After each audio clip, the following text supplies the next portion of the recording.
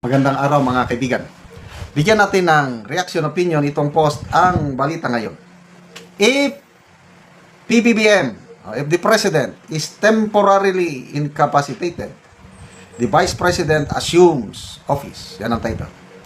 Mariing iginiit ni dating COA at COMELEC Commissioner na si Atty. Rowena Guanzo na malinaw ang sinasabi ng konstitusyon kung ang Pangulo ay pansamantalang incapacitated kasunod ng mga usapin sa kalusugan ng Pangulong Ferdinand Marcos Jr. Sa kanyang live video, diretsahan niyang kwestiyon ang kawalan ng malinaw na pagpapakita sa kalagayan ng Pangulo. Tanong ni Atty. Guanzo, nasaan si Bongbong? Nasaan si BBM? Ipakita nyo sa amin, live stream. Ipakita nyo siya na alive, aware, and awake. Correct. Kaya may mga ibang post din akong nababasa. Live stream. Hindi yung style ni Claire Castro na interview ko no high. Hindi naman naka-live. Pre-recorded. O baka AI. Live stream ba? Oh, bakit ayaw nilang gawin? May itinatago?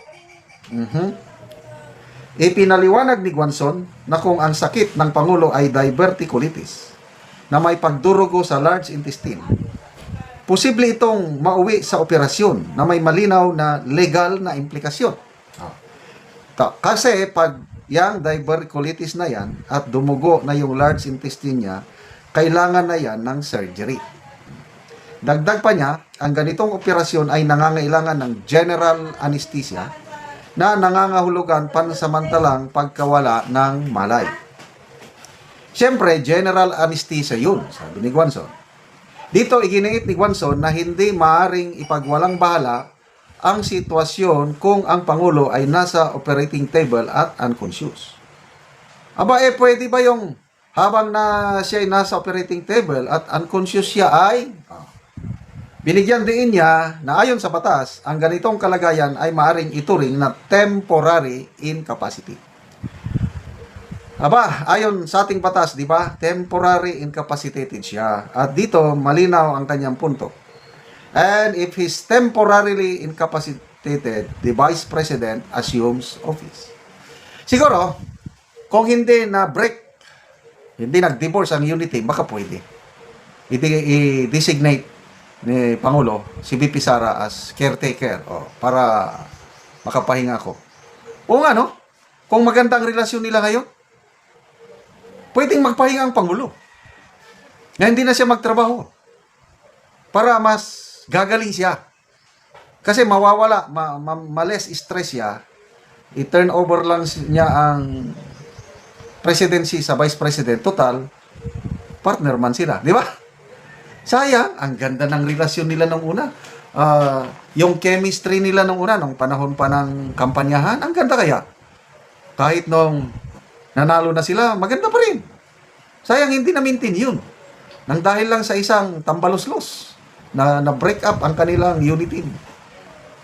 O ngayon, hindi niya pwedeng i-turn over dahil baka baka bigla hindi nga. So, kawawa ang presidente. Hindi siya makapagpahinga. Ano ba? Hindi rin umano sapat ang paliwanag na ang gabinete ang umaakting sa ganitong sitwasyon. Giit ni Guanzon, may konstitusyon ng bansa na dapat sundin lalo na sa usaping kapangyarihan at pamumuno. Sa huli, binigyan din ni Guanzon na ang usapin ay hindi chismis, hindi politika, kundi isang malinaw na tanong ng constitutional order at continuity of government, lalo na kung may posibilidad na ang Pangulo ay pansamantalang hindi nakakaganap ng kanyang tungkulin. So, absent ang Pangulo sa mga public events, yung kanyang pre-recorded message sa PNP, makikita mo, payat na siya dito. So, sana naman, gagaling siya. Yan ang aking personal prayer. Kayo na nagdarasal ng iba, kayo na inisip nyo kay birthday wish ni Cara David, bahala kayo. Presidente pa rin siya na kailangan niyang gumaling para tapusin niya ang kanyang termino. Para ayusin niya ang napakalaking problema ng bayan na sa tingin ko, command responsibility niya, bakit tayo nagkakaganito? Wala nga tayong pandemic ngayon eh. Oh, panahon ni PRRD, may pandemic, may all-out war sa Marawi. Nakaya naman niya. Naitawid niya ang bansa. Kaya umalis ang ating Tatay Digong sa opisina niya with the highest approval and trust rating, 81%. O ngayon, itong presidente ngayon, negative na. 3 years pa lang. So, dapat magpagaling para maayos niya ang ating mga problema. O, ang ating economic growth. Lumabas na yung 4.4% lang ang economic growth natin ng 2025. Masyadong mababa. Ano yung target sana nila? 6 to 6.5. Ang layo. Halos 2 point something ang ano. So, ayusin nila. Ang daming problema.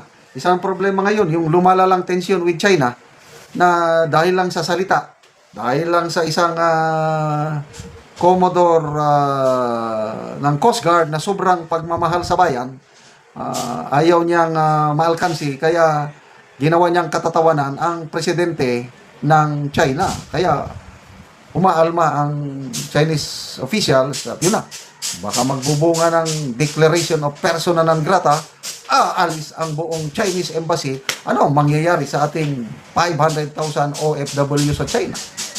Daming problema.